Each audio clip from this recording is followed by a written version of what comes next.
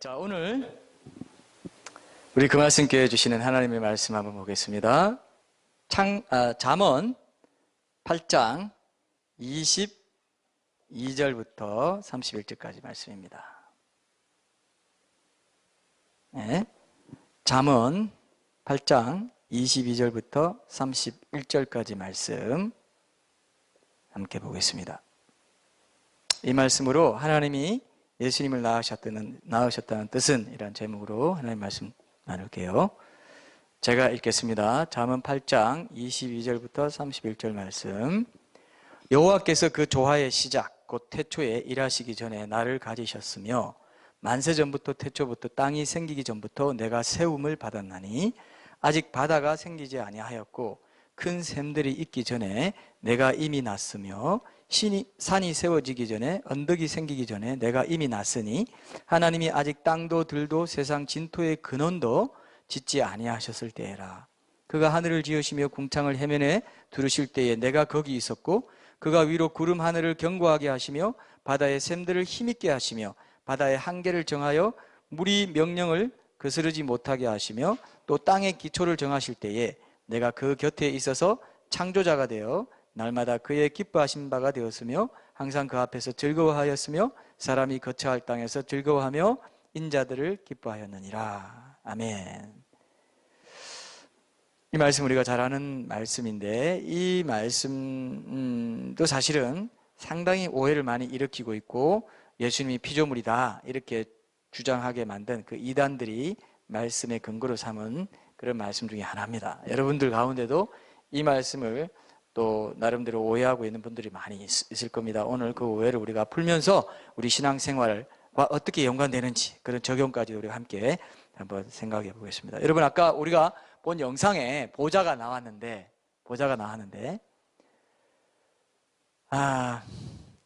거기에 여러분 제가 오늘 중요한 말씀 하나 드릴게요. 거기에 장차 누가 앉게 될까요? 뭐요? 지금 앉아 계신데 누가 앉게 된다는 거야? 그러시죠? 그죠? 근데 성경에 보면은 아버지 보좌에 내가 이기고 함께 앉은 것처럼 이기는 자는 내 보좌에 나와 함께 앉게 하여 주겠다 그랬어요. 그게 어디 나옵니까? 어디 나와요? 요한계시록 3장에 나와요. 그 엄청난 보좌, 그런 보좌가 어떻게 생겨서 어떻게 쫙 이어질지 어떻게 될지 모르겠습니다. 그러나 내가 이기고 아버지 보좌에 내가 함께 앉는 것처럼 이기는 자는 내가 이기고 아버지 보좌에 함께 앉는 것처럼 내 보좌에 함께 앉게 하여 주겠다 그랬습니다. 이게 거짓말일까요? 참말일까요? 참말이죠. 그동안 이걸 무시하고 살았던 분들은 아이쿠 그런 일이 있구나 이거 붙잡아야 되겠죠. 보좌에 앉는 일이 있어? 보좌에 앉는 일이? 요한계시록에 보면요 그 보좌에 앉는 사람들이 심판하는 권세를 가졌더라 되어 있어요. 별로 안 좋아하시네요 여러분. 성도들이 영원토록 왕노릇 한다고 그랬어요? 안 한다고 그랬어요? 왕은 어디에 앉아 있어요? 보좌에 앉아 있죠. 이상한 거 하나도 없는데 여러분들은 생뚱맞게 무슨 생뚱맞은 말인가, 어떻게 우리가 보좌에 앉아 있어? 그러니까 그 보좌 다 놓치는 거죠. 이걸 성경을 통해서 발견한 사람은 이 보좌 영원히 내가 놓치지 않겠다. 내가 여기서 왕의 위엄을 가지고 세상의 종로로 사지 않고 죽음의 권세에 매여서 죽음 두려워하면서 덜덜 떨고 살지 않고 왕의 위엄을 가지고 하나님의 아들의 권세를 가지고 살아야 되겠구나. 하루를 살더라도 그렇게 살아야지. 이게 맞죠? 이게 맞죠? 보좌에 앉을 자들인데 우리는 아직도 마음에 강한 동기부여가 안 되시는 분은 반성하십시오. 이렇게 엄청난 말씀이 약속되어 있으나 이 엄청난 약속이 있는데 우리가 관심이 없었기 때문에. 그래서 성경에 무지하면은 존 스토터가 그랬습니다. 성경 말씀대로 우리가 순종하지 않고 이런 데 대해서도 심판받지만 성경 그 자체의 내용에 대해서 무지한 것도 심판받는다고 그랬어요. 그래서 우리가 변정설교를 왜 합니까? 그리고 신앙생활 주제로 또 기독교 진리 주제로 왜 합니까? 하나하나 그 주제를 끊어 나가는 거죠. 우리가 성경에 대해서 무지하지 않겠다는 거죠. 그죠? 하나하나 알아가겠다는 겁니다. 그래서 우리 것으로 삼고 하나님 앞에 섰을 때 네가 성경을 얼마나 아냐, 얼마나 열심히 읽었냐, 얼마나 많이 묵상하고 묵상한 대로 실천하고 열매를 맺었냐, 이런 것들을 이제 보실 때 우리가 작가가 충성된 종이라는 얘기를 들어야 되겠죠. 그래서 오늘 우리 설교를 다 듣고 나면은 정말 내가 보좌에 앉는 그런 보좌에 앉을 사람으로 약속돼 있구나. 약속돼 있구나. 그게 이제 내가 천국 가면 사실로 만나게 되겠구나. 그걸 알 겁니다. 들을 귀 있는 자는 알게 될 것입니다. 들을 귀가 없는 자는 못 들을 것이고요. 귀를 열어두시기 바랍니다. 제 딸이 지난주에 집에서 저녁에 같이 이제 밥을 먹는데 이런 말을 하더라고요. 기대하십시오. 어떤 말을 했는지. 지금 딸이 듣고 있는데, 나는 설교 주제가 무엇을 하려면 어떻게 해야 되나 하는 이런 구체적인 방법을 가르쳐주는 이런 주제에는 관심이 많이 가지만, 많이 중요합니다. 가지만 무엇을 그러니까 이것은 무엇인가, 이건 무슨 뜻인가, 이런 식의 주제는 관심이 덜 간다 이러더라고요. 여러분도 그렇습니까? 할 말이 없네요. 똑같네요. 여론을 몰아가고 있어요. 맞아요. 그럼 뭔가 내가 직접 써먹을 수 있을 것 같고, 바로 그냥 딱 활용할 수 있을 것 같잖아요. 그런 설교를 더 이제 하기 원하고, 또 성도들이 원하면 그렇게 하고, 저도 물론 그런 설교를 하지만, 우리가 변증 설교는 아무래도 어떻습니까? 구체적인 방법이나 뭐 가이드 이런 거, 또 이런 것에 속하기보다는, 그죠? 좀 뭔가, 이게 뭔가, 무슨 뜻인가, 우리가 어떻게 이해해야 되나, 어떻게 알아야 되나, 이런 것을 또 하게 될 때도 많잖아요. 그죠? 그렇지 않습니까? 그런데 여러분, 중요한 게 있어요. 어떻게 해야 하나, 그것만 알면 안 돼요. 우리 믿음의 대상을 대해서 잘 알고, 이게 무슨 뜻이고, 이런 것도 같이 알아야 어떻게도 의미가 있게 된다는 걸 꼭 기억하십시오. 이해되시겠죠? 따님. 예? 따님이라고 높여서 말하면 안 되는데, 따라. 이해하시겠죠? 앞에 따라하고. 어쨌든, 여러분 기억하세요. 어떻게, 방법론 뭐 이렇게 하면 좋을 것 같지만, 그것만 하면은 나중에 방향이나 목적이나 이런 것들이 정확하지 않습니다. 내가 어디로 가고 있지 지금? 이렇게 될 수가 있어요. 그래서 뭐 이렇게 처세술, 뭐 경영, 뭐 책도 그런 게 유행하지. 자기 개발 어떻게 하면 우리가 뭐 아이디어를 얻어가지고 남보다 앞설 수 있을 것인가. 그것도 추이하면 그것도 굉장히 저는 좋다고 생각해요. 그것도 필요하지만 그것만 먹으면 어떻게 돼요? 안 되죠. 정말 뭐 정의란 무엇인가 이런 것도 사실 뭐 이렇게 섭렵을 해야 되지 않습니까? 그러면서 그게 같이 있어야 돼. 또 그것만 너무 파도 안 되는 거죠. 변증 설교만 너무 들어가도 안 되는 거죠, 사실. 일상 속에, 우리 삶 속에서 일어나는 일들, 어떻게 해야 될 건지 이런 것도 우리가 같이 이제 하려고 노력하면서 번갈아 가면서 이렇게 하고 있는데, 그런 부분에서 여러분들이 또 균형을 잡았으면 좋겠다 하는 생각이 듭니다. 그래서 오늘 우리가 지금 다루고 있는 설교 테마 시리즈가 뭡니까? 예수님이 누구신가 하잖아요. 예수님, 우리 믿음의 대상에 대해서, 그리고 성부 하나님께로부터 낳은 바 되었다고 하는데, 이게 도대체 무슨 뜻이냐? 이걸 알아야 우리가 하나님의 자녀됨의 그 권세가 무엇이고, 우리의 정체성이 무엇인지, 성경적으로 어떻게 봐야 되는지, 예수님의 제자가 되어야 된다고 하는데, 예수님의 동생들이 되어야 된다고 하는데 무슨 뜻인지 이런 것도 알 수 있게 된다 이거예요. 그렇게 알면 어떻게에 대한 것도 분명히 방향을 잡고 간다 이겁니다. 목적을 분명히 갖고, 그거랑 아닌 거랑 천지차이에요. 그저 은혜 받으면 된다, 그냥 그저 막 좋은 말씀, 은혜 있는 말씀 이것만 찾는다고 다 되는 게 아니라는 거를 우리가 또 좀 대외적으로도 그런 걸 알리고, 우리 안에서도 그렇게 살기를 원하는 마음으로 우리가 이런 강단을 하나님께서 허락하셨다 생각하는데, 여러분도 한 마음으로 이런 부분에서 깨어서 그렇게 한 걸음씩 그 좁은 길을 끝까지 걸어갔으면 좋겠다 생각합니다. 그래서 오늘도 이제 지난 주일에 이어서, 그죠? 삼위일체 하나님의 존재 방식, 이런 것들을 전제로 해서 예수님이 누구신지, 또 예수님의 신성과 온전한 하나님에 대해서 살펴보면서, 그것이 삼위일체 하나님의 진리가 구원받은 우리 하나님의 자녀됨과 신앙생활과는 어떤 관계를 갖는지 성경적으로 좀 더 분명하게 확인하는 그런 시간을 가지려고 합니다. 좀 상당히 까다로울 수 있습니다. 어려울 수도 있고요. 삼위일체나 또 예수님이 누구신가 이런 것들이 상당히 또 어려울 수 있지만 신앙의 핵심이기도 해요. 그래서 어떤 이 부분에 관심이 덜했던 분들은 조금 좀 관심이 덜할 수 있지만, 또 성경적으로 제대로 이해하고 싶었던 분들은 좋은 계기가 될 겁니다. 우리가 한 번은 또 짚고 넘어가야 될 부분이기 때문에 잘 인내하시면서 들으시면 여러분들에게 유익이 있으리라 생각합니다. 자, 오늘 우리가 읽은 본문 말씀은 잠언에 있습니다. 여러분 잠언에 별명이 있다는 거 아세요? 요즘 SNS 시대에 잠언이 성경에 이거다라는 별명이 있어요. 혹시 맞추실 분? 잠언의 별명 뭘까요? SNS 시대라는 힌트를 드렸잖아요. SNS 시대에 잠언은 구약 성경에 이거다 이런 별명이 있어요. 아니죠. 짧은 경구잖아요. 트위터, 구약의 트위터라는 별명이 있습니다. 처음 들었죠? 구약의 트위터라는 별명이 있어요. 그래서 트위터가 몇 자 이내로 되어 있어요? 140자. 왜 140자로 된지 아세요? 사람이 의미를 파악하면서 한 번에 집중할 수 있는 글자 수가 140자예요. 가장 적정한 수가. 그래서 140자입니다.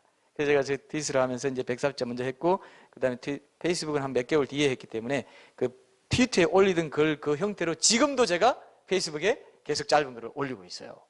그때 그게 시작이 그렇게 돼가지고. 근데 사실은 제가 그렇게 하면서 뭘 느꼈냐면, 제가 청소년기 때 그 파스칼의 팡세를 너무 좋아했습니다. 거기서 영향을 많이 받고 굉장히 인사이트를 많이 느끼고, 또 오래 기억되고 짧은 글이 더 이제 시처럼 계속 읽을 수도 있고 기억도 잘 나고 하기 때문에 제가 그런 영향으로 계속 이제 짧게 쓰는 게 이제 제가 좀 어느 정도 익숙해지면서 이게 더 효과가 있다 이런 생각을 하게 됐습니다. 그래서 제가 지난번에 우리 큐티 설교할 때 그런 적용했잖아요. 맨날 그냥 부정적으로 아무 때나 올리지 않고 그러면 정신 없으니까 영적으로도 영향을 받고 영성적으로도 문제가 될 수 있으니까 수요일과 금요일에만 올리기로 내가 적용했습니다. 이거 삶의 열매를 맺기 위해서 실제로 실천하겠습니다. 근데 지금까지도 그 이후로 어긴 적 없이 거의 어긴 적 없이 그대로 수요일과 금요일 날 해요. 근데 그렇게 올리다 보니까 우리가 수요일 예배와 금요일 저녁에 뭐 이런 게 없지 않습니까? 장소가 주일에만 빌리니까. 그래서 수요 예배, 금요 예배 말씀처럼 생각하라는 생각이 들더라고요. 별로 여러분 싸늘하네요. 그게 뭐 무슨 말씀이. 근데 저는 그런 마음이 들더라고요. 아, 수요 예배와 금요 예배 말씀처럼 우리 성도들과 나눠야지 이런 생각이 들었습니다. 그래서 제가 홈페이지에는 한 달에 한 번씩 모아서 올리지만은 트위터나 페이스북에는 그 수요일과 금요일에 정기적으로 올리고 있기 때문에 또 홈페이지 그런 업데이트할 내용도 그때 몰아서 같이 하기 때문에 여러분들 관심 있는 분들은 거기 궁금하신 분들은 트위터, 페이스북 친구가 되시면 그때 보실 수 있습니다. 한 번에 몰아서 보면 막 100개, 150개씩 막 제가 올리는데 너무 정신없죠. 너무 막 좀 부담이 되지만 뭐 그렇게 보실 분은 보시고요. 그러나 수요일과 금요일에 이렇게 말씀으로 교감한다 이렇게 생각하시면 더 좋을 것 같습니다. 직접 그렇게 보시는 분도 있죠? 정기적으로 보시는 분도 있죠? 페이스북 친구나 트위터 친구가 있습니다. 네, 보시는 분도 있는데. 자, 그래서 어쨌든 구약 성경에 등장하는 트윗들의 모음이라고 할 만한 이 잠언도 그저 단순히 단편적인 교훈들의 경구들의 모음이 아닙니다. 이 잠언의 주인공도 누구일까요? 이 잠언의 주인공도 누구일까요? 예수님이잖아요. 예수님이 요한복음 5장에서 5장 39절에서 그랬죠? 뭐라고 했습니까? 모든 성경이 내게 대하여 증언하는 것이다. 너희가 영생을 얻기 위하여 성경을 연구하거니와 상고하거니와 이 성경이 그죠? 다 내게 대해서 증언하는 것이다. 이렇게 말했기 때문에 잠언 역시 주제도 잠언의 주제와 잠언의 주인공도 예수님입니다. 근데 오늘 우리가 읽은 본문에는 직접적으로 예수님이 언급되고 예수님의 그 태생에 대해서 정체성에 대해서 얘기하고 있기 때문에 굉장히 민감한 본문이에요. 이게 굉장히 신학자들 간에 지금도 논란이 되는 본문이고요. 잠언에서 어찌 보면 가장 논란이 되는 본문입니다. 그리고 예수님의 신성에 대해서도 가장 예민하고 애매하면서 여기서 이단도 나오고 아리우스 주의자도 여기서 이 근거로 나오고 하나님 예수님이 열등하다. 예수님은 존재하지 않았던 적이 있다. 낫다고 하지 않냐. 뭐 이런 식으로 계속 세움을 받았다. 뭐 이런 식의 굉장히 첨예한 논쟁이 되는 본문이기 때문에 우리가 한번은 분명히 이걸 짚어야 되겠다 하는 생각에서 오늘 이 본문을 나눕니다. 자, 여기 보면은 예수님 나라는 존재가 지혜를 의인화해서 지칭한 것인데 전통적으로 이제 여기 나오는 지혜가 바로 예수님을 가리킨다 이렇게 보고 있습니다. 저도 이런 의견에 동의하고요. 근데 문제는 그렇다고 했을 때 이 본문에 마치 예수님이 창조된 존재인 것처럼 보이게 하는 표현들이 이제 나오는데 이 표현들을 그러면 어떻게 해석하고 받아들여야 되느냐? 여러분 궁금증이 생깁니까? 궁금증을 좀 가져보세요. 그러면 답을 얻었을 때 여러분 더 깊이 기억이 될 겁니다. 이것이 이제 핵심적인 주제인데 자 본문 22절부터 차근히 한번 살펴보면서 민감한 표현을 어떻게 해석해야 될지 함께 나눠보도록 하겠습니다. 22절을 다시 한번 제가 읽어볼게요. 여호와께서 그 조화의 시작 곧 태초에 일하시기 전에 나를 가지셨으며 여기에 이제 가지셨다는 말, 나를 가지셨다는 말이 이제 논쟁이 되는 거죠. 원래 원어적으로는 소유하다, 바로 세우다, 창조하다라는 뜻이 실제로 또 있어요. 그래서 70인역 성경에서는 창조하다로 실제로 번역을 했습니다. 잘못된 번역이죠, 사실은. 이분들 유대인들이고 어떻게 보면 이런 지혜에 대해서 그 성자 하나님 제2 미격을 의미한다고 그때는 생각하지 못해서 아마 신학적인 그런 한계 때문에 이렇게 번역했을 수도 있다 생각하는데, 어쨌든 창조하다고 되어 있기 때문에 아리우스가 예수님의 신성을 부인했지 않습니까? 예수님의 신성을 부인한 그 아리우스 주의자들이 여기 나온 동사를 창조하다로 번역한 70인 성경 그대로 따라가지고 이 지혜는 그죠? 예수님을 뜻하는데 요한복음 1장 1절에 나오는 그 말씀 로고스, 지혜는 로고스와 같은 맥락이거든요. 지혜는 지성을 말하고 지식을 말하는데 원어적으로는 로고스가 또 지혜를 말해요. 원어에 더 가까운 건 지혜이기도 합니다. 지혜가 곧 말씀이고 그 말씀이 곧 예수님이다, 이렇게 연결되기 때문에 예수님은 피조물이다, 예수님이 신성을 부인하는 그런 구절로 사용됐어요. 여러분, 이런 얘기 들으면 여러분 정말 어떻게 보면 진짜 그럴 수 있다는 거야? 본문 말씀이 진짜 그렇게 의미한다는 거야? 여러분, 이런 어떻게 보면 동기부여가 돼야 됩니다. 그래야 우리가 기억을 정확히 할 수 있고, 어떤 사람이 여호와의 증인들은 아직도 이런 구절로 공격해 옵니다. 그러면 분명히 말해줄 수 있어야 돼요. 그건 그게 아니고 성경 전체적인 맥락에서 봐야 됩니다 하고 이렇게 해석해 줄 수 있어야 됩니다. 그래서 이런 내용들이 중요한 거죠. 근데 이 동사가 창조나 피조, 그리고 뭐 우리 개역 개정에서는 가지셨다로 해서 이제 소유의 의미로 해석했는데, 신학자들은 이게 바로 세우다라는 원어의 바로 세우다라는 뜻이 있기 때문에 이것은 영원전에 성부 하나님이 지혜이신 성자를 그 창조의 동력자로 세우시고 임명하셨다, 이렇게 보는 것이 타당하다. 저도 이렇게 봅니다. 그리고 또 가졌다는 의미로 봐도 지혜는 하나님의 성품이고 이 지혜를 따라서 하나님이 창조하셨다는 의미로 볼 수 있기 때문에 가지셨다도 크게 문제는 안 되는데, 이 가지셨다도 사실은 낳았다나 나셨다나 이런 거에 연관되어 있습니다. 오늘 내가 그거를 분명히 여러분들에게 말씀드리겠습니다. 그러나 어쨌든 여기서는 바로 세우다, 이런 의미도 있고 이것이 이 문맥에 더 맞다는 생각을 합니다. 왜냐하면 뒤에 보면 세움을 받았다는 말이 있기 때문에. 여기 보면은 전에 나를 가지셨으며 내가 세움 받았다 할 때 성경에 보면 시편 같은 데 보면은 같은 뜻의 말을 다르게 표현한 것들이 많이 나와요. 그죠? 대꾸처럼. 그런 의미로 저는 여기 쓰였다고 보기 때문에 나를 가지셨다와 세움을 받았다. 근데 가지셨다는 원어의 뜻에 그죠? 바로 세우다라는 뜻이 있다는, 카난이라고 하는 게 히브리 동사인데요. 바로 세우다라는 뜻이 있다는 거예요. 그래서 이런 말씀들을 여러분들이 좀 원어적으로도 분명히 기억해야만 우리가 이단들이 이렇게 흔들 때 속아 넘어가지 않습니다. 지금도 예수님을 피조물이라고 생각하는 이단들이 우리 주변에 있기 때문에 그렇습니다. 자, 그래서 아무튼 그 조화의 시작, 곧 태초에라는 말씀이 나오는데 이것은 하나님께서 창조를 시작하셨을 때 영원 전부터 존재한 지혜가 이미 거기 함께 있었음을 가리키는 것입니다. 그죠? 조화의 시작, 곧 태초에, 이렇게 얘기했습니다. 이거는 이제 이 태초에라는 말은 사실은 하나님이 창조를 시작할 때 태초에 하나님이 그 태초에 일하시기 전에라는 것은 창세기 1장 1절에 나오는 그 태초입니다. 시간이 시작되는 그 태초를 말하는 거죠. 그리고 이제 요한복음 1장 1절에 나오는 태초는 영원전을 말하는 것입니다. 그래서 23절에 보면은 그 말이 나옵니다. 만세 전부터, 태초부터, 땅이 생기기 전부터 내가 세움을 받았나니, 이 말씀이 있는데, 여기서 만세 전부터라는 말은 시간적인 의미를 초월한 태초, 영원전을 말하는 겁니다. 만세 전부터. 그리고 그 다음 나오는 태초는 천지창조 직전의 때, 이게 창세기 1장 1절에 나오는 태초고요. 땅이 생기기 전은 그 태초 시작되고 이제 땅이 생기기, 땅을 만드시는 그 전까지의 그 짧은 시간, 이런 이제 표현을 쓴 거죠. 그래서 영원 전부터를 이렇게 여러 가지로 강조해서 얘기하고 있습니다. 그래서 이거 구분하셔야 돼요. 성경의 태초라고 해서 무조건 시간이 시작된 그 태초를 말하는 게 아닙니다. 창세기 1장 1절의 태초는 시간이 시작되고 이제 그 창조 역사가 시작되는 그 시점을 말하는 거고요. 요한복음 1장 1절에 태초의 말씀에 계시니라 할 때는 영원전, 만세, 여기 나오는 만세전을 말하는 거예요. 이해되시죠? 그죠? 그래서 만세전부터, 태초부터, 땅이 생기기 전부터 내가 세움을 받았다. 나를 가지셨다와 세움을 받았다. 이 같은 의미로 우리가 받아들이고, 원어적으로도 나를 가지셨다가 그런 의미가 있다. 그러나 거기에 또 만약에 낳았다는 의미, 잉태, 이런 의미가 있다 해도 전체적으로 통일시켜 해석되는 방법이 있다는 것을 여러분들에게 오늘 함께 말씀드리려고 합니다. 나누려고 합니다. 자, 그래서 이런 표현들이 다, 그죠? 영원 만세 전부터 그랬다는 게 세움을 받은 일이 영원 속에서 일어났다는 걸 나타내고요. 이런 표현들이 결국은 이제 예수님이 영원 전부터 존재하신 분이라는 그분의 신성을 특별히 강조하기 위한 문학적인 기법의 일종이다. 이렇게 일단 또 좀 더 폭넓게 보실 수도 있습니다. 근데 또 여기에 중요한 동사가 또 하나 나오죠. 그죠? 세움을 받았다. 이런 게 또 이제 또 오해를 일으킬 수 있는데 어떻게 세움을 받았다면 세운 존재보다 더 클 수 있느냐 이렇게 생각할 수 있죠. 그죠? 세움을 받았다. 이 표현이 굉장히 민감한 표현이에요, 사실. 그러나 원어적으로 성경 전체 맥락에서 보면 정확히 해석이 돼요.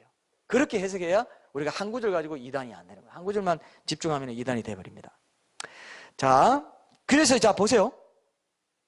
성경에 이렇게 사람이 쉽게 오해하게 될 만한 표현을 그냥 스스럼없이 기록하고 있다고 싶은데 그런 것에 걸려 넘어지면 안 돼요. 예. 그런 것들이 참 많아요. 이중 예정론에서도 그렇고 여러 가지 오해하게 만드는 것들이 많은데요. 자 봅시다. 근데 이런 생각은 이제 본문에 나오는 동사들의 뜻을 피상적으로만 보지 않고 좀 더 면밀하게 들여다보면 오해라는 것을 알게 됩니다. 자, 이 구절에 나오는 세움을 받았다는 말의 히브리어가 원어상으로 보면 붓다라는 뜻입니다. 제사장적인 그 왕권에 대해서 상징적인 의례를 나타내는 기름 부음을 얘기할 때 쓴 말입니다. 그 의미가 여기서 파생됐어요. 그래서 이 말씀은 지혜, 예수님이 모든 피조세계의 통치자로 임명되어서 기름 부음 받은 사실을 나타내고 있어요. 그렇다고 해서 그분이 열등해서 기름 부음 받은 것이 아니고 그런 것을 상징하고 있다 이겁니다. 영원전에 이 일이 일어난 건데 우리가 어떻게 일어나는지 모릅니다. 근데 정확히 영원전에 없던 때가 없었고 하나님과 정확히 동등하고 영원하신, 똑같이 영원하신 분이라는 걸 우리가 알고 있기 때문에 이걸 좀 더 이렇게 여유 있게 해석할 수 있고 받아들일 수 있죠. 이제는 NIV 영어 성경에도 보면 이 세움을 받았다는 말을 정확히 임명되었다 이렇게 돼 있어요. appointed라고 돼 있어요. 이해되시죠? 그죠? 나를 가지셨다, 세움을 받았다, 이게 appointed, 임명받았다. 그리고 24절에 보니까 계속해서 내가 이미 났다는 말이 계속 나옵니다. 24절부터 26절까지 한번 볼게요. 아직 바다가 생기지 아니하였고 큰 샘들이 있기 전에 내가 이미 났으며 산이 세워지기 전에 언덕이 생기기 전에 내가 이미 났으니 하나님이 아직 땅도 들도 세상 진토의 근원도 짓지 아니하셨을 때라 하면서 창조전에, 그러니까 우리가 골로새서 1장 15절에 본 것처럼 모든 피조물보다 먼저 나신 이시니 이거랑 또 연결되네 하면서 의심할 수 있어요. 있어요, 없어요? 의심할 수 있어요. 이단이 여기서 나왔다니까요. 봐라, 분명한 본문 있잖아요. 그래서 저도 옛날에 이게 불편해가지고 잠언 8장 없애고 싶었어요. 솔직히 말해서. 이거 좀 파버리면 안 되나? 그런 말씀이 있어요. 갖고 보면은. 이 말씀 하나 때문에 이 걸려 넘어지게 만드는 말씀이 있어요, 없어요? 이거 굉장히 지금 웃고 있는 우리 동자매님. 저랑 똑같은 심정이었어요? 솔직히 말해봐. 아니에요, 네예요? 네. 이런 사람들이 있다니까요. 여기 많이 수두룩합니다. 지금 얼굴은 다 웃고 있지만은 속으로는 그 경험들이 다 있어요. 이거 빼버리고 싶다. 저도 빼버리고 싶어요. 이건 진짜 너무 명백하게 세움을 받았다. 나를 가지셨고. 이 뭐야, 그러면? 아이고, 가졌었다면 그건 어떻게 가진 분과 동등할 수 있어? 영원하지 않은 거 아니야? 이렇게 생각한 거죠. 그게 오해였다는 거죠. 생물학적인 출생 개념으로 이걸 생각하면 절대로 안 되는 건데 잘못 생각한 거죠. 차원이 다른 문제인데. 자, 여기에 이제 또 중요한 동사가 나오잖아요. 낫다라는 말이에요. 히브리어로요. 낫다라는 말이 있는데 해산의 진통을 겪다, 이런 히브리어의 문자적인 의미도 있고요. 근데 이 표현도 문자적으로만 해석할 때는 이제 성부성자 관계가 창조와 피조물의 관계인 것처럼, 열등한 관계인 것처럼, 우등과 열등의 관계인 것처럼 보입니다. 근데 이 구절은 22절에 나오는 가지셨으며와 유사한, 그러니까 지혜, 성자의 존재의 영원성을 나타내는 시적 표현의 하나인 것이지, 이거를 문자적으로 우리가 생각하는 생물학적인 뜻에서 받아들이면 안 된다는 걸 분명히 기억하십시오. 이건 그냥 억지로 예수님의 신성을 우리가 보장하기 위해서, 세우기 위해서 하는 말이 아니에요. 성경에 보면 분명히 나와 있습니다. 오늘 우리가 그것들을 분명히 기억하십시오. 기억하셔야 돼요. 그래야 바로 나옵니다. 오늘 중요한 구절이 시편 2편 7절 말씀인데 그것과 연결 지어야만이 알 수 있는 말씀이에요. 자, 저는 여기까지 본문을 쭉 관찰하고 해석해 오면서 한 가지 중요한 사실을 묵상하게 되는데요. 결국 성부 하나님과 그 하나님의 지혜이신 성자 하나님의 관계를 가리키는 동사들이, 여기 나오는 동사들이 한 가지 의미를 공통적으로 담아내고 있어요. 자, 22절에 나오는 나를 가지셨다, 이런 표현, 23절에 내가 세움을 입었다, 그리고 24, 25절에 나오는 내가 났다, 이런 표현이 결국은 한 가지 뜻을 나타내고 있다는 것입니다. 문맥상으로도 동일한 의미로 받아들여도 되는 그런 구조로 이제 보이기도 하고요. 그래서 이 부분을 이제 확정하려면 성경의 다른 대목에서는 성부와 성자의 관계를 나타낼 때 어떤 표현을 했느냐, 그리고 그 표현이 오늘 본문에 나오는 것과 비슷한 표현이 되느냐, 이걸 찾아보는 것이 이제 필요합니다. 그래서 찾아보게 된 것이 시편 2편 7절인데요. 거기 한번 보세요. 시편 2편 7절 한번 보세요. 6절부터 7절까지 이런 말씀이 나옵니다. 제가 읽겠습니다. 시편 2편 6절부터 7절. 내가 나의 왕을 내 거룩한 산 시온에 세웠다 하시리로다. 내가 여호와의 명령을 전하노라. 여호와께서 내게 이르시되 너는 내 아들이라. 오늘 내가 너를 낳았도다. 이렇게 돼 있어요. 이게 모든 피조물보다 먼저 나신 자니, 또 독생자, 독생하신 하나님, 요한복음 1장 14절 18절이죠. 이런 것과 다 연결되어 있어요. 오늘 본문과도 다 연결되어 있어요. 한 가지 뜻을 의미하는 것으로 연결되어 있습니다. 여러분 꼭 기억하십시오. 이게 안 풀리면, 이 말씀이 안 풀리고 이 전체적으로 지금도 우리가 한 일 한 절씩, 한 구절 한 구절씩 매주일 이렇게 하고 있기 때문에 이걸 알게 되는 거지, 그렇지 않고 뭉뚱그리 알면 알 수가 없어요. 이해되시죠? 그죠? 그래서 이 부분을 여러분들이 좀 기억해 주세요. 자, 하나님이 예수님을 낳으셨다는 게 뭔지를 우리가 먼저 한번 생각해 봅시다. 성경에서 하나님 아버지와 아들과의 관계에서 낳는다는 표현을 쓸 때는 인간들이 흔히 경험하는 그런 생물학적인 의미에서의 낳는다는 개념과는 차원이 다른 의미를 갖는다는 걸 꼭 기억하세요. 네, 이 낳는다는 표현 때문에 이제 아까 그랬죠? 이단이 많이 나왔다고 그랬습니다. 출산 개념으로 생각해가지고, 그죠? 성부 하나님께서 낳음받은 존재, 이게 존재하지 않은 적이 있었다는 뜻이다. 아버지보다 열등한 존재다. 피조물이 하다. 이렇게 보게 만드는 말이 바로 낳는다는 뜻이기 때문에 성경에는 사실 그렇게 생물학적인 차원에서 얘기하고 있지 않다는 거죠. 자, 우리가 다 잘 알듯이 성부 하나님과 성자 하나님의 관계는 아버지와 아들의 관계인데, 독생자라고 그랬고 독생하신 하나님이라고 그랬고 유일하게 낳으신 바 된 하나님, 그죠? 이런 말을 표현을 합니다. 근데 일상적인 언어 용법에서는 낳는다는 말이, 그죠? 생물학적인 존재가 똑같은 종류의 다른 존재를 생기게 할 때 그렇게 낳는다라고 얘기합니다. 남자와 여자가 한 몸을 이루어가지고 자녀를 낳습니다. 근데 성자 하나님이 성부 하나님의 낳으신 바 되었다는 말은 이런 생물학적인 의미로 이해하면 안 된다는 거죠. 자, 하나님께 배우자가 있습니까? 배우자가 있어요, 없어요? 하나님께 배우자가 있다면 이건 더 큰 이단이 되겠죠. 하나님은 근데 어떻게 낳아요? 그건 생물학적인 의미의 낳음이 아니라는 겁니다. 근데 우리는 자꾸 어떻게 생각해요? 출생하고 출산하고 품고 잉태해가지고 낳았다고 생각해요, 안 해요? 그렇게 생각해요, 안 해요? 그렇게 생각하기 때문에 이단이 나온다 이거예요. 성경에는 그게 아니라는 것입니다. 자,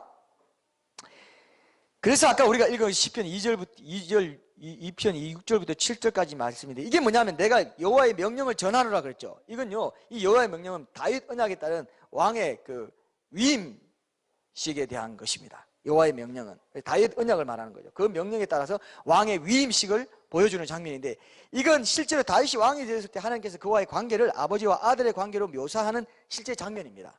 근데 이 다윗이 바로 메시아 왕이신 예수님을 상징해요. 그래서 이 말씀은 뭐냐면 하나님께서 아들이신 예수님을 낳았다고 말씀하실 때 잘 들으세요. 그 낳았다는 뜻이 무엇인가를 정확히 드러냅니다. 그건 뭐냐? 아까 임명한다 그랬죠? 여기 본문에서 임명한다, appointed라고 했죠? 낳으셨다, 세움을 받았다, 이 말하고 바로 연결돼요. 이거는 이제 우리가 신마리로 붙잡아야 됩니다. 이 문맥에서 보면 낳는다는 것은 단순한 생물학적인 생산이 아니라, 출산이 아니라 바로 통치자인 왕으로 인정하는 것, 특별히 공인하는 것을 말하는 것이에요. 이해되시죠? appointed입니다. 낳았다는 것은 이거예요. 왕의 메시아 왕을 삼으면서 세우면서 통치자로 임명하면서 오늘 내가 너를 낳았다라고 얘기하지 않습니까? 아버지와 아들의 관계로. 실제로 고대 사회에서는 왕을 하나님의 아들이라고 생각했어요.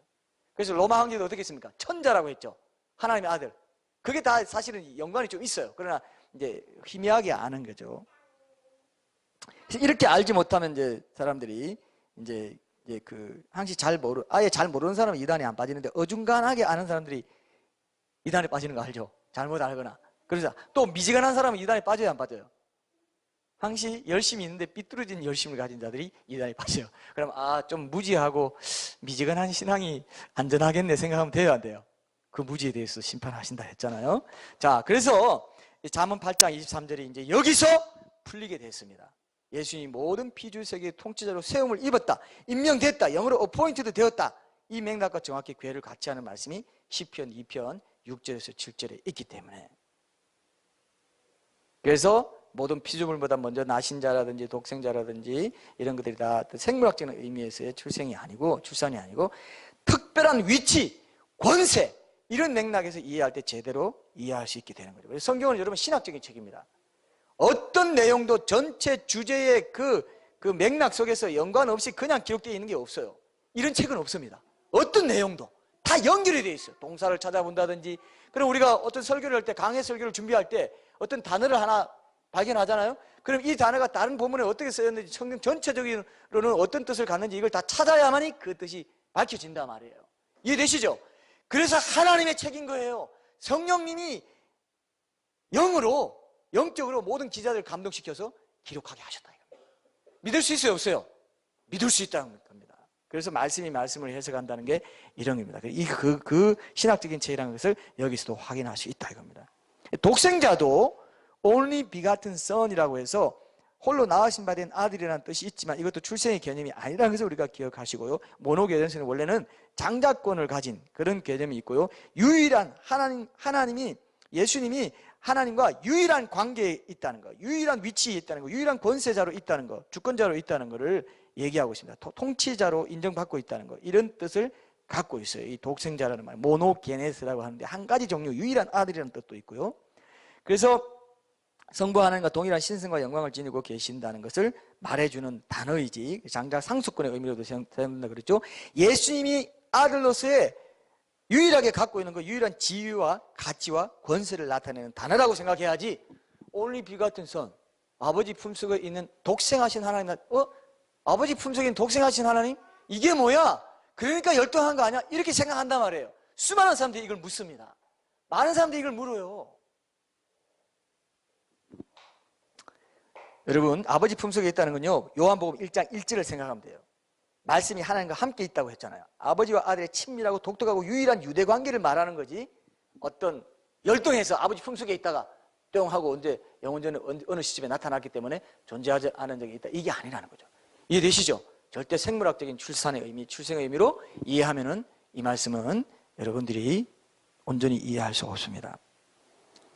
아까 우리가 그래서 1장 1절부터 그 본문에 그 요한복음 1장 1절부터 3절에 나오는 말씀이 그 지혜라고 했는데, 이게 어떻게 보면 요한복음 1장 1절부터 3절까지 구약 버전이 8장 22절부터 31절이라고 할 수 있어요. 창조의 내용도 나오면서 이제 이렇게 되어 있는데, 이거 한번 그래도 찾아봐야 되겠죠. 요한복음 1장 1절부터 3절까지 너무나 유명한 말씀인데, 이 말씀이 잠언 8장에 그대로 구조적으로도 딱 맞는 말씀이에요.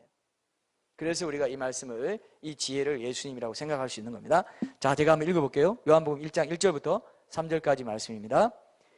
태초에 말씀이 계시니라. 이 말씀이 하나님과 함께 계셨으니 이 말씀은 곧 하나님이시니라. 그가 태초에 하나님과 함께 계셨고 만물이 그로 말미암아 지은 바 되었으니 지은 것이 하나도 그가 없이는 된 것이 없느니라. 오늘 이 잠언 8장 말씀도 만물이 지어지는 과정을 다 얘기하고 있죠.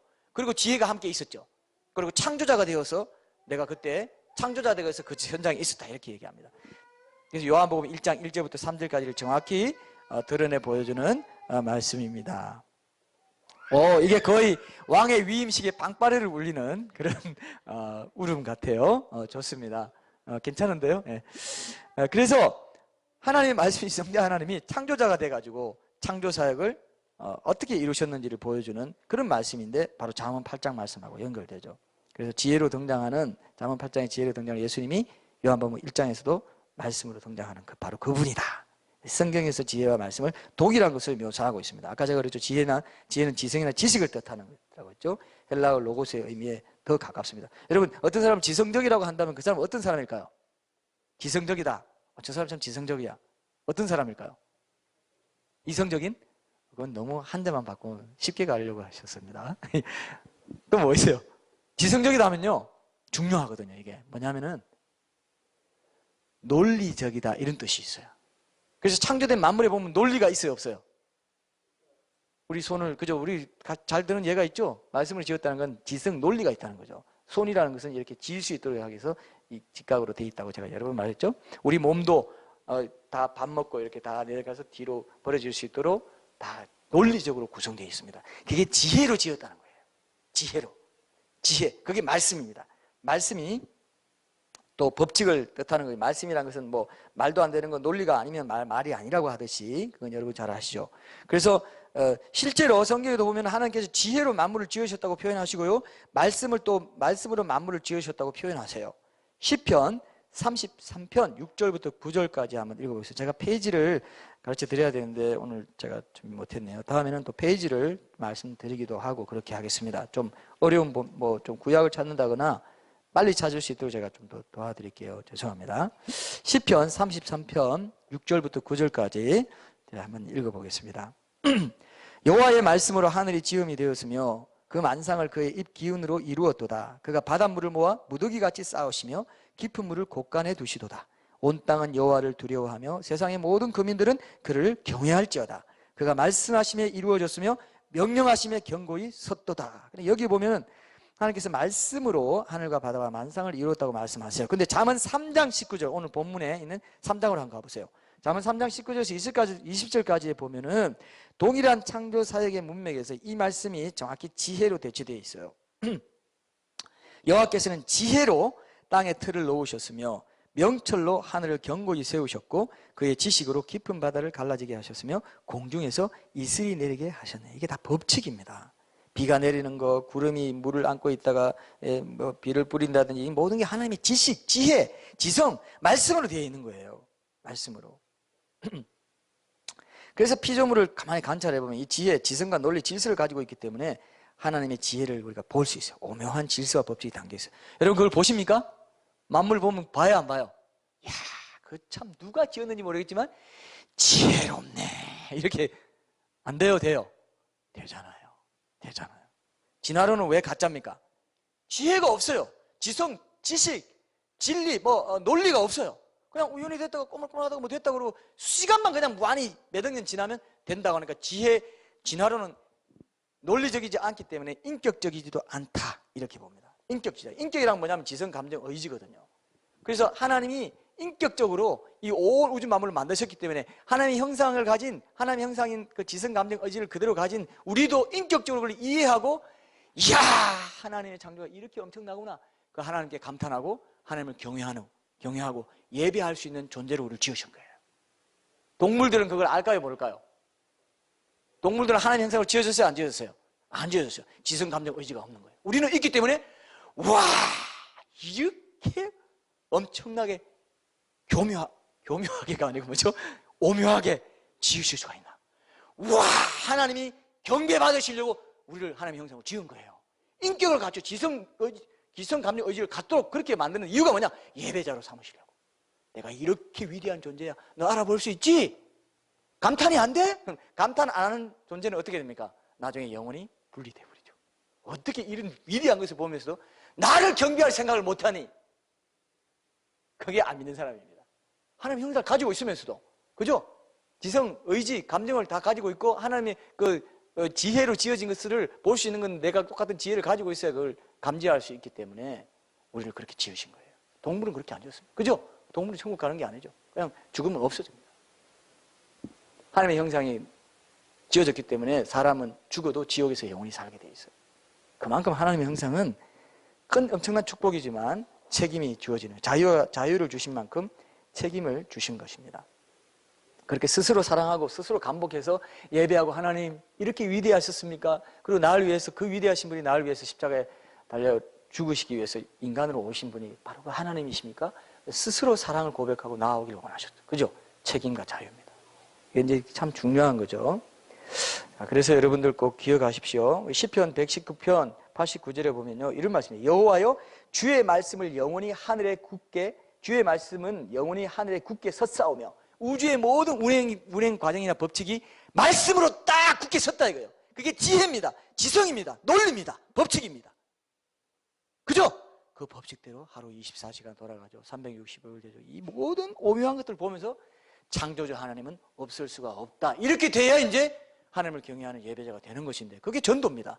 그렇게 알게 해주고 창조주 하나님 소개해 주고, 그죠? 그 하나님이 어떻게 구속을, 그 십자가 사건을 통해서 사랑을 보여주셨는지 얘기하는 거죠. 자, 그래서 피조물의 물리적인 구조에서 우리가 지혜를 확인할 수 있고 그것의 기능이나 이런 것도 아주 세밀하게 결정해 놓은 것을 확인할 수 있어요. 지혜라는 거 엄청난 거예요, 사실요. 엄청난 건데 사람들은 하나님을 타락했기 때문에 하나님을 가장 어리석게 생각해요. 그 위대한 뭐 작가라든지 위대한 건축가, 뭐 노벨 문학상 받고 뭐 노벨 뭐 물리학상 받고 이런 사람 굉장히 높이고요. 와, 어떻게 하버드대에서 1등 수석으로 졸업해서 와, 대단하다. 어떤 저런 드라마 영화를 만들어서 대단하다 하면서 하나님은 어리석고 바보 같고 종교적인 어떤 종교꾼으로 보고 이상하게 생각하는, 그게 사탄에게 속는 거예요. 그 지혜를 주신 분이 누구라고요? 하나님이신데, 창조주 하나님이신데 누구보다도 엄청난 지혜를 가진 분인데 그분은 어리석게 생각하는 거예요. 그게 죄인이에요. 그게 타락한 죄성을 가진 존재입니다. 맞습니까, 여러분? 사람은 피조물, 조물주보다 더 경계하고 섬겨요. 우상시하면서. 하나님은 뭐야 저거? 얼마나 이게 완전히 주객이 전도됐습니까? 제대로 질서 자리 잡아가는 게 전도예요. 그게 우리 인생의 바른 길입니다. 신앙생활이 그거예요. 하나님의 존엄을 있는 그대로 인정해 드리는 겁니다. 창조주의 지심을 인정해 드리는 거예요. 나는 피조물이고 그분께 전적으로 의탁하며 살아야 된다. 그 지혜를 의탁하며 살아야 된다. 그래서 말씀을 묵상하고 말씀에서 지혜를 얻으려고 하는 거 아닙니까? 다 이치에 맞는 거예요. 그냥 억지가 없습니다. 기독교 진리는요. 창조 질서고 삶 자체이기 때문에 억지가 있어요, 없어요? 억지가 없어요.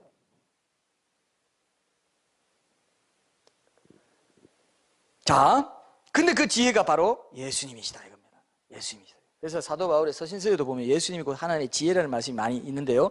바울은 고린도전서 1장 찾지 마세요. 1장 24절에 보면 그리스도는 하나님의 능력이 하나님의 지혜니라 이렇게 말했고요. 그 다음에 그 구약에서는 피조 세계를 통해서 하나님의 지혜에 이제 접촉하고 일반 은총, 다른 사람도 일반 은총을 통해서 지혜를 조물주가 있구나 하고 뭐 이렇게 우리 옛날에 책에 보면 삼위인국 이런 데 보고 의하 뭐 헌사 또 헌사하사 그 조물주가 이렇게 이 멋지게 지었구나 하면서 막 조물주를 찬양합니다. 그런 걸 느꼈는데 신약에서는 하나님의 지혜가 예수님의 인격과 사역으로 계시됐죠. 인간의 육신 입고 오신 하나님으로 계시됐기 때문에 그래서 사도 바울이 골로새서 2장 3절에 보면은 그리스도 안에 지혜와 지식의 모든 보화가 감추어 있느니라 이렇게 표현합니다.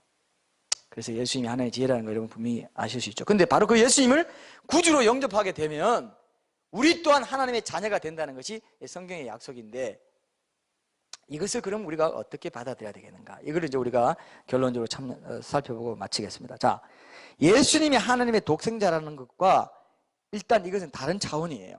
예수님이 하나님의 지혜로 영원히 가지셨고 뭐 이런 표현이 있는 것과는 다른 겁니다. 우리가 하나님이 우리를 진리의 말씀으로 낳았다는 것은 예수님이 독특하게 유일하게 하나님의 독생자로서 가지고 있는 위치와 권세와 그 자리와는 같다 안 같다? 그와는 다르다 이거예요. 그와는 다른 겁니다. 그래서 어제요 그 기독교 변증 컨퍼런스를 했는데 낮에 강의가 끝나고 질문이 나왔어요. 어떤 질문을 저한테 했냐면은 저 안 목사님한테 내가 질문하겠다 하면서 이렇게 여러 가지 질문하다가 그거 내가 기억나는 게 2개인데요. 그러면 신이 죽을 수 있냐? 이걸 물어봐요. 신이 죽을 수 있냐? 이걸 물어봤고 또 한 가지는 우리가 하나님의 자녀가 된다는 것은 그러면 우리가 하나님의 아들이 된다는 것은 사람이 곧 신이 된다는 것인가? 우리가 나중에 천국 가면 신이 된다는 거냐? 이렇게 물어봤어요. 여러분 답을 어떻게 하실래요? 이게 그래서 저도 어쨌든 그때 답을 이제 다 해줄 시간이 없어서 1층에 내려가서 따로 마른 데 모이면서 그분이 집요하게 묻길래 제가 이런 답을 해줬습니다. 이 답이 바로 오늘 지금 제가 나눈 내용이 그 답인데 한번 보세요. 자, 요한복음 1장 14절에 보면 독생자라는 표현이 나오는데 보통 인간들이 그죠 하나님 믿은 후에 그의 자녀가 되는 건 다른 의미입니다. 이거는 제가 다른 의미다 그렇죠? 예수님의 아들 되면 그분이 아버지와 같은 본질을 갖고 있고 또 영원하다는 면에서 유일하고 독특한 거죠. 그래서 독생자, 유일한 아들 이렇게 표현합니다. 원어에는 오히려 유일한 아들, 유일한 어떤 한 종류 이런 뜻에 더 가까운데요. 자, 근데 인간이 하나님의 아들이 된다는 것은 뭐냐? 제가 그분한테 이렇게 대답했습니다. 베드로후서 1장 4절 한번 찾아보세요. 베드로후서 1장 4절. 인간이 하나님의 아들이 된다. 구원받아 하나님의 아들이 된다는 건 이 뜻입니다. 굉장히 중요한 개념입니다. 제가 읽어보겠습니다. 베드로후서 1장 4절.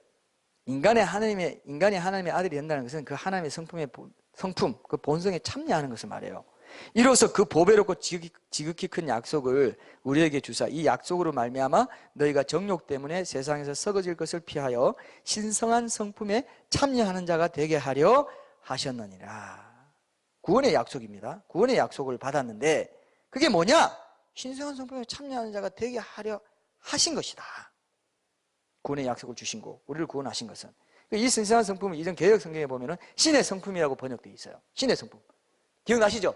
신의 성품에 참여하는 자가 되게 하려 합니다. 근데 더 쉬운 말로 이제 참여한다 썼고 신성한 성품이라고 했는데 조금 누그러졌다는 생각이 듭니다. 원어는요. 원어는 원어적으로는 divine nature예요. 그래서 NIV나 킹제임스 영어 성경에 보니까 divine nature라고 되어 있어요. 이건 뭡니까? 신의 성품, 신의 본성, 신의 본질, 신적인 본질, 본성을 말합니다. 이게 원어적으로 더 가까운 말이에요. 신성한 성품도 물론 틀린 말은 아닙니다. 자, 그래서 하나님의 본성을 말합니다. 그러니까 우리에게 구원의 약속을 주신 것은 뭐라고요? 어떤 의미가 있다고요? 하나님의 본성에 참여하는 자가 되게 하려는 목적으로 우리에게 구원을 주셨다 이겁니다. 그게 하나님의 아들이 되게, 하나님의 자녀가 되게 했다는 겁니다. 자, 잘 들으십시오. 여기에 또 이제 중요한 또 우리가 알아야 될 개념이 있습니다. 참여한다는 것은 원어적으로 짝이 된다, 동참한다는 의미인데 이제 이게 바로 우리가 오늘 주제로 삼고 있는 성부 하나님이 성자를 낳는다는 것이 무슨 의미인가 하는 것과도 아주 밀접한 관련을 맺고 있습니다. 자, 성경 요한복음 17장 한번 보세요. 요한복음 17장에 보면은 예수님의 제사장적인 기도가 나옵니다. 거기에 보면은 예수님이 창세 전부터 아버지와 함께 가졌던 영화로서 자신을 영화롭게 하시고, 그죠? 예수님을 믿는 제자들도 그 영화에 참여케 해달라고 기도하시는 내용이 나와요. 요한복음 17장 5절도 그렇고요. 20절부터 24절까지 보면은 그런 말씀이 나옵니다. 제가 시간이 없으니까 그걸 다 읽진 않을게요. 그러나 25절 한 절만 보면은 아버지여 창세전에 내가 아버지와 함께 가졌던 영화로서 지금도 아버지와 함께 나를 영화롭게 하옵소서 그렇게 되어 있고요. 그 다음에 그 뒤에 가보면은 아버지여 24절 보면 아버지여 내게 주신 자도 나 있는 곳에 나와 함께 있어 아버지께서 창세전부터 나를 사랑하심으로 내게 주신 나의 영광을 그들로 보게 하시기를 원합니다. 여기에 참여케 해달라.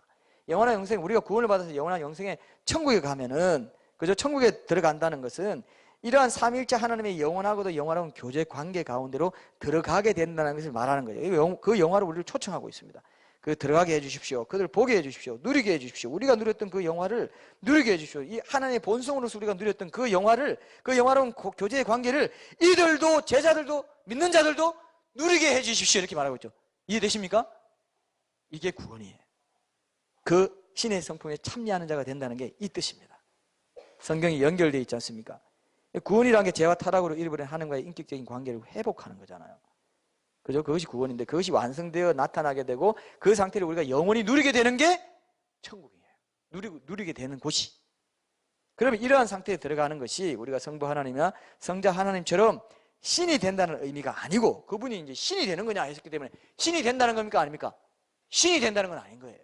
뭡니까? 그 신의 성품에, 신의 본성에 참여하는 거라 이거예요. 그럼 그거 영광스럽습니까? 안 영광스럽습니까? 꼭 신이 돼야 되겠어요? 우리와 신 사이에는 영원히 건너뛸 수 없는 그 간격이 있는 거예요. 절대로 하나님, 예수님이 될 수 없습니다.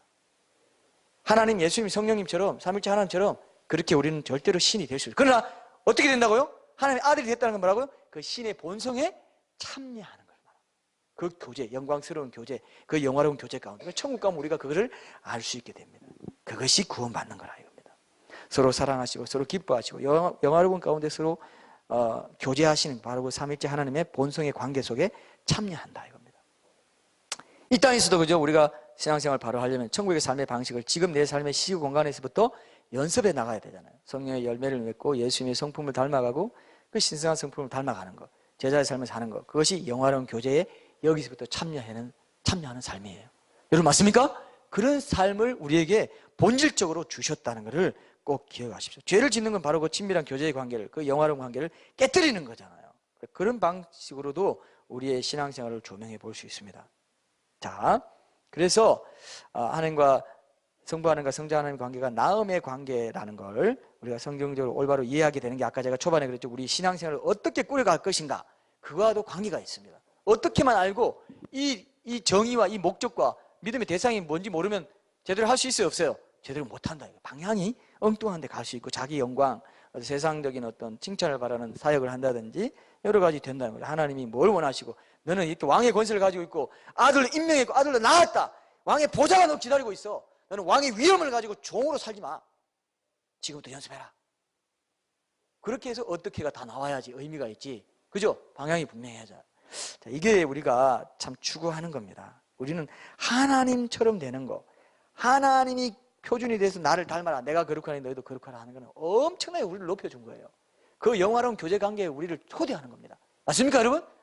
엄청나요? 안 엄청나요? 나를 그렇게 높여줬다는 겁니다. 나의 수준을 굉장히 높여주시려고 계획하시고 이 창조의 역사와 구속의 역사를 진행하고 계시다 이겁니다. 그래서 이런 그 잠언 8장에 보면 요한복음 1장 14절 18절 독생자, 독생하신 하나님, 또 시편 2편 7절에서 보는 나았다는 말, 이런 거 다 종합해 볼 때 그 나음의 의미라는 것은 하나님과 특별한 관계를 맺고 특별한 자리에 들어가게 된다. 이런 의미라는 걸 여러분들이 꼭 이제 기억하시고 또 이해할 수 있게 되었다고 생각합니다. 우리를 만들어진 자연인에서 진리의 말씀으로 나으신다는 게 뭐냐? 그죠? 그렇게 나와서 신성을 가지신 예수님처럼 신이 되게 해주신다는 뜻이 아니라 바로 우리를 하나님과의 특별한 교제의 관계로 그 위치로 세워주시고 참여시키고 임명하시는 그런 의미를 갖는다 이겁니다. 우리가 하나님의 아들이 된다는 것은 바로 그렇게, 그죠? 특별한 관계 가운데 들어간다는 것. 다시 한번 여러분 제가 강조합니다. 이것이 사실 우리의 본론이고 이제 결론이 되는 겁니다. 근데 여기 보시면 왕으로 임명한다고 할 때 나았다고 했는데 실제로 우리도 나았다고 하는 것은 우리도 왕으로 임명하고 그 위치에 세워주시는 거예요. 왜? 우리가 왕도를 다 존재이기 때문에 그렇습니다. 그래서 제가 아까 그런 말 했잖아요. 잠언 그죠? 요한계시록 3장 19절 실제로 우리 눈으로 확인합시다. 요한계시록 3장 19절부터 21절 마지막 그 장에 보시면 마지막 책 그 요한계시록 보시면 정말 놀랍게도 시편 2편 7절에서 왕을 세울 때 그와 아들의 관계를 맺으시면서 오늘 내가 너를 낳았다고 해주신 그 말씀이 바로 오늘 예수님을 믿고 그의 말씀에 순종하고 승리하는 삶을 살기를 소원하는 지금 우리 그리스도인 각자에게도 하나님께서 동일하게 해주시는 말씀으로 우리가 받을 수 있습니다. 이게 놀라운 겁니다. 자, 이게 이제 결론인데요. 물론 내가 사랑하는 자를 책망하여 징계하노니 그러므로 네가 열심을 내라 회개하라. 볼지어다 내가 문 밖에 서서 두드리노니 누구든지 내 음성을 듣고 문을 열면 내가 그에게로 들어가 그와 더불어 먹고 그는 나와 더불어 먹으리라. 이기는 그에게는 내가 내 보좌에 함께 앉게 하여 주기를 내가 이기고 아버지 보좌에 함께 앉은 것과 같이 어떻게 한다고요? 하리라. 왕으로 초대하는 거예요. 왕의 보좌에 함께 앉게 주겠다. 너를 임명하고 너를 낳은 거는 너를 하나님의 아들로 삼은 거는 이 왕으로 임명하고 세워주기 위한 게 너도 세움을 받을 수 있어. 너도 나아질 수 있어. 너도 메시아 왕으로서 세움 받을 때 내가 너를 낳았다고 했던 그 말을 그대로 들을 수 있다 이겁니다. 맞습니까 여러분? 그게 이 뜻이다 이거예요. 우리는 그렇게 부름받았다 이겁니다. 엄청난 축복인데도 이걸 보는 눈이 없으면 그냥 종으로 살아가고 그냥 세속주의로 살아가고 그냥 세상 사람들이 좋아하는 그 가치관을 따라가지고 그냥 그 돼지 쥐염 열매를 먹으면서 살아갑니다.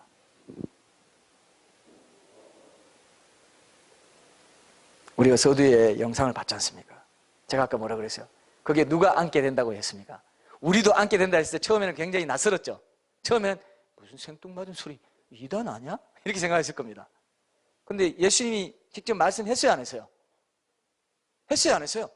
왕으로 부르시고 낳았다는 게 바로 그걸 임명한다 세움받았다 이 뜻이라면 그리고 그러나 그것이 신이 된다는 게 아니다. 예수님처럼 된다는 건 아니다. 그런 아들이 된다. 독생자가 된다는 건 아니다. 그건 영원한 삼위일체 하나님의 위격 가운데 일어난 일이고 영원전에 일어난 일이고 우리가 아들의 형상을 본받아가지고 맏아들이 되게 했다는 것은 바로 우리도 예수님처럼 왕의 보좌에 앉는 왕으로 하나님 나라의 유업을 이어받을 상속자로 우리도 삼아주시는 이 엄청난 약속이 있는데 이걸 못 보고 나은 바 될 수 있는 우리 만들어진 자연인인데 진리의 말씀으로 나은 바 된다는 건 이런 엄청난 약속이 있는 것인데 이걸 못 본다면 얼마나 어리석은 일이겠나 이겁니다.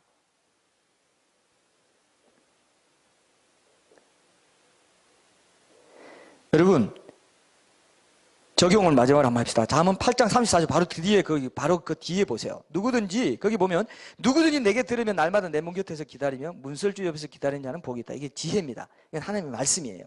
말씀 우리가 읽고 묵상하고 우리가 좀 실천을 못하고 좀 넘어지고 실수할지라도 계속 날마다 문설주 옆에서 하나님 말씀 주십시오. 내게 지혜 주십시오. 오늘도 날마다 일상에서 그래서 큐티를 매일매일 하라고 하지 않습니까? 날마다 그 지혜를 구하고 그 말씀 듣길 소원하는 이 그 자체가 복의 근원이에요. 믿습니까, 여러분? 이게 복의 근원. 우리가 좀 부족해도 계속 소원합니다. 말씀 나 안 먹으면 죽어. 계속 소원합니다. 이게 엄청난 겁니다, 사실은. 여러분이 좀 부족해도 이 사망의 길, 생명의 길은 여기서 나뉘어버려요. 9장에 보면 그 생명의 길, 사망의 길, 우매한 여인은 사망의 길로 인도한다고 되어 있습니다. 그게 나누는 게 어디냐? 어디서 갈라지냐? 간절히 하나님의 말씀을 듣고자 하고, 간절히 소원하고, 부족해도 약해 보여도 묵상하고, 계속 그 말씀 곁에 붙어 있는 거예요. 날마다 간절히 구하고 기다리는 사람, 그 사람이 어떻게 된다고요?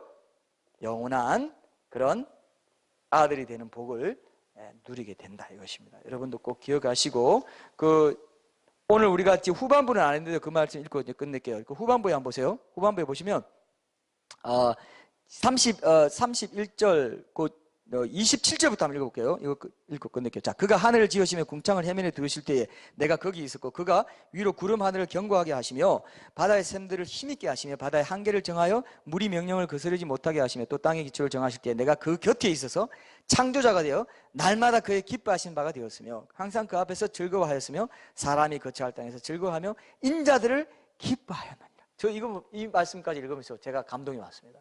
와, 예수님이 그때 이미 나를 생각하셨구나. 나를 구원하실 계획을 가지시고 인자들을 기뻐하고 그 거처할 땅에서 즐거워하고 그 땅에 거할 인자들을 기뻐했다, 즐거워했다. 그때 이미, 그죠? 오늘처럼 나를 만날 것을 아시고 고대하고 기다리시고 그러셨구나.